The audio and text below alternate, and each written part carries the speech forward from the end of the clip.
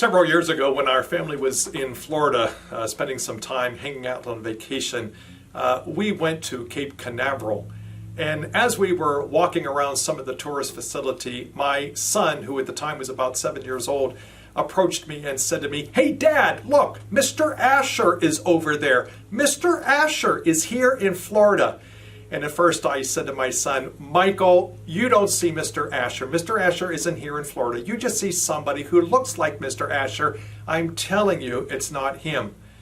Well, they kept pulling on my shirt and telling me, "Dad, Mr. Asher is here in Florida." So finally I went with him. And who did I see? You guessed it. His Sunday school teacher was in Florida. Mr. Asher was not in Mansfield, Ohio that day. We didn't expect to see Bill, but he was there. Well, there's a similar experience that involved a couple of the disciples of Jesus in a time that we call the road to Emmaus. It's one of those post-Easter accounts where two disciples are walking along the road that led them to a community called Emmaus, and as they're talking about the resurrection, Jesus Christ suddenly appears, and they don't even recognize that he's there. It isn't until a whole lot longer in the story that they come to the realization that we have just seen Jesus. Well, I share that with you today because I'm wondering, during this whole pandemic experience, is it possible that we are seeing Jesus and we don't even recognize that he's there?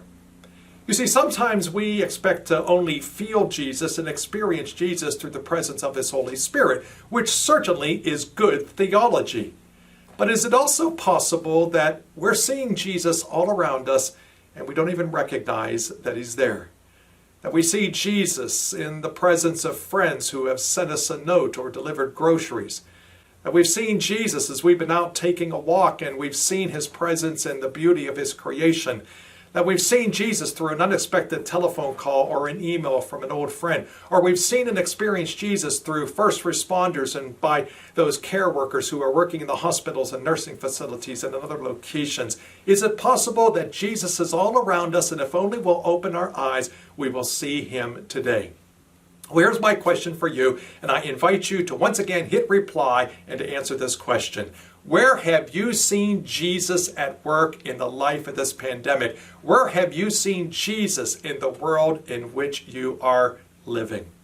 I'd love to hear from you. Keep your eyes open. Where will you see Jesus today? I'm Chuck Morin. I'm just wondering.